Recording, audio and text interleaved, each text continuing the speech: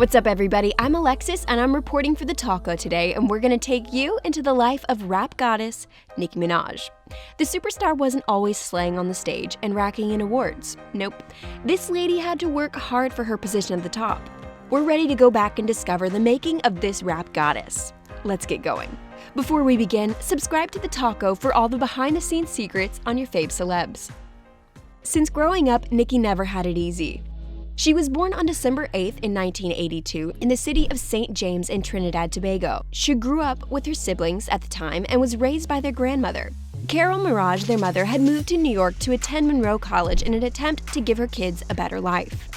Nicki's birth name was ANIKA TANYA MARAJ. By the young age of 5, her mother brought ANIKA and the family over to Queens, New York, for what they all hoped would be a better life. But that wasn't going to be the case, at least not at first. Nicki's father, Robert MARAJ, was a severe drug and alcohol addict with an uncontrollable violence inside of him. Robert was a financial executive and part-time gospel singer, and in 1987, in an attempt to kill the children's mother, burned their house down. Looking back on her life of poverty prior to moving to New York, Nicki says that growing up in Trinidad, I didn't know that we were poor. 10 people living in a 3-bedroom home and all the dogs and cats my grandma had, none of that seemed abnormal. At the young age of 12, Nicki wrote her first rap and also dove into acting, as she was accepted into the prestigious LaGuardia High School of Music and Art, which is the school that inspired the film Fame. Nicki never took too well to acting, but music? Well, that was a different story altogether. As an adolescent, Nicki developed personas of her own. We'd have to think that this was the way that Nicki found she could escape herself in a difficult life at home. By being someone else, creating different ways to be. She essentially was escaping the only life that she knew. The first reincarnation of herself was Cookie, which then morphed into the name Harajuku Barbie. Both very cool names, but then she settled on Nicki Minaj, which, little did she know at the time, would be changed to Minaj and spoken around the world for her musical innovation and talent.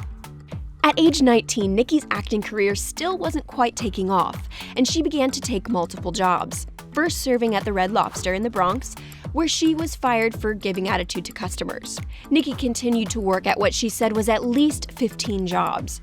She did get a small lucky break and was cast in an off-Broadway play, In Case You Forget, in 2001, but she hadn't really found her true calling yet. Nicki started to get the bug for music more and more. She continued writing since that first rap that she scrolled down when she was 12. Nicki joined some rap groups in New York, and she signed with a Brooklyn group called Full Force and began rapping with the Hood Stars. It was there that Nicki found out that she was really good at it. And we mean really freaking good. The group recorded the entrance song for the WWE Diva Victoria called Don't Mess With. And shortly after that, mini success, Nicki left the group behind. Nicki began posting in 2004 to a MySpace page, and it was this decision that would change her life forever.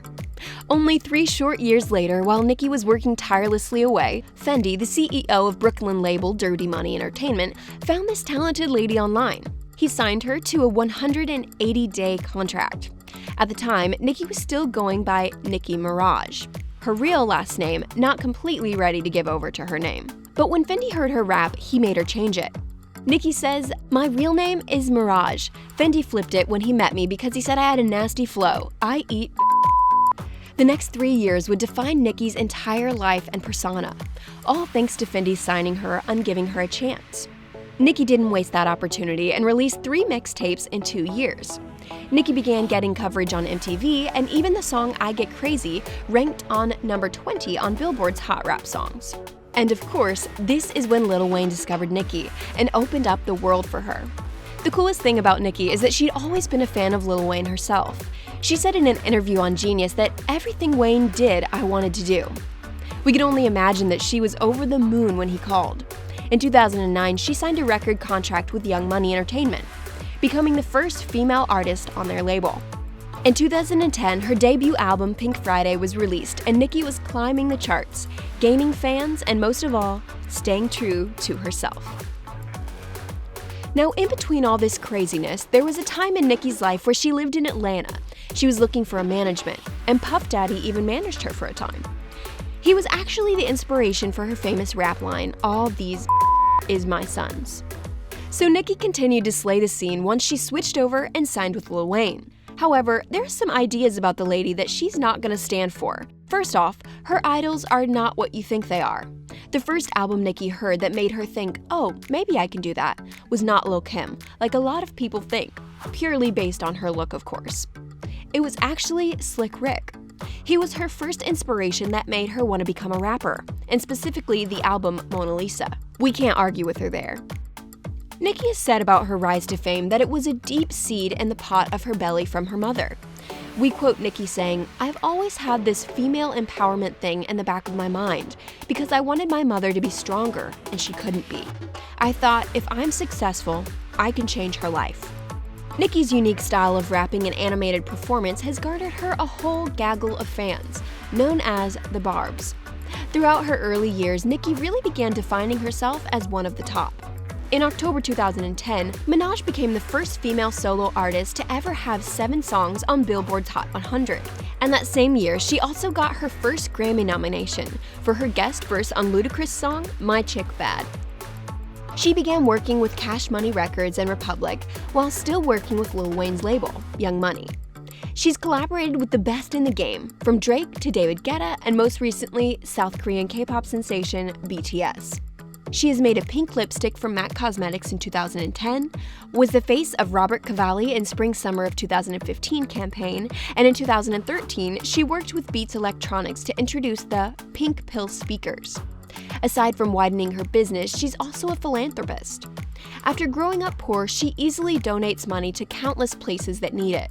To name a few, Food Bank for New York, Hurricane Harvey, and once even paid for the tuitions of 30 of her student fans. One of her biggest charitable events was in 2012, when she and Ricky Martin endorsed MAC Cosmetics' Viva Glam campaign, which raised $270 million for AIDS. Let's just say, even when things started to pan out for Nicki in the rap world, she didn't forget about where she came from. The thing that's the most inspiring about Nicki is that even now that she's in 2018 reached the pinnacle of her career, she's still humble and passionate about her craft. When asked about her process of writing music, she says that she likes to mainly do it at home, when it's chill. She doesn't want to have it feel like work. She says about rap, it's art. It shouldn't feel like pressure. Once you start feeling like that, you lose, I think, the essence of it all. In 2018, Nicki Minaj won 105 awards, and she's been nominated for tons more. The lady is slaying. Her latest album, as you know, is Queen, which was a secret album for her fans. Nicki knows Queen is one of her best albums yet. In an exclusive interview with Vogue Arabia in late August of 2018, Nicki spoke about her rise to fame. She spoke candidly about where she came from and what she hopes her fans can learn from her life pre-fame. Nicki said, and we quote, "I love that my fans know that I have a regular job and, that I have to work for everything I got. I love that because I know it gives them hope.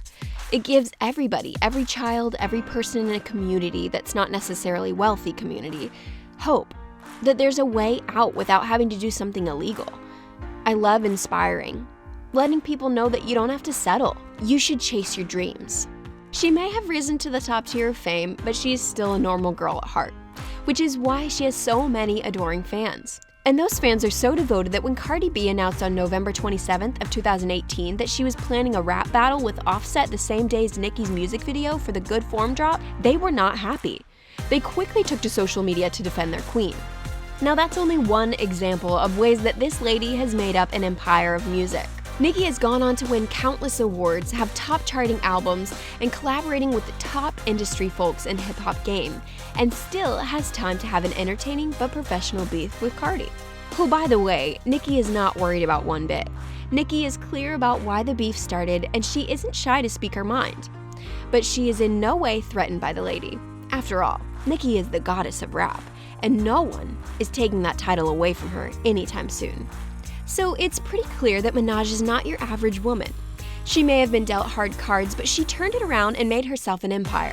Minaj is an inspiration, and a female that both men and women can look up to. Here's the rap goddess herself. What's the most interesting thing that you learned about Minaj? Let us know on your thoughts on the superstar in the comments below.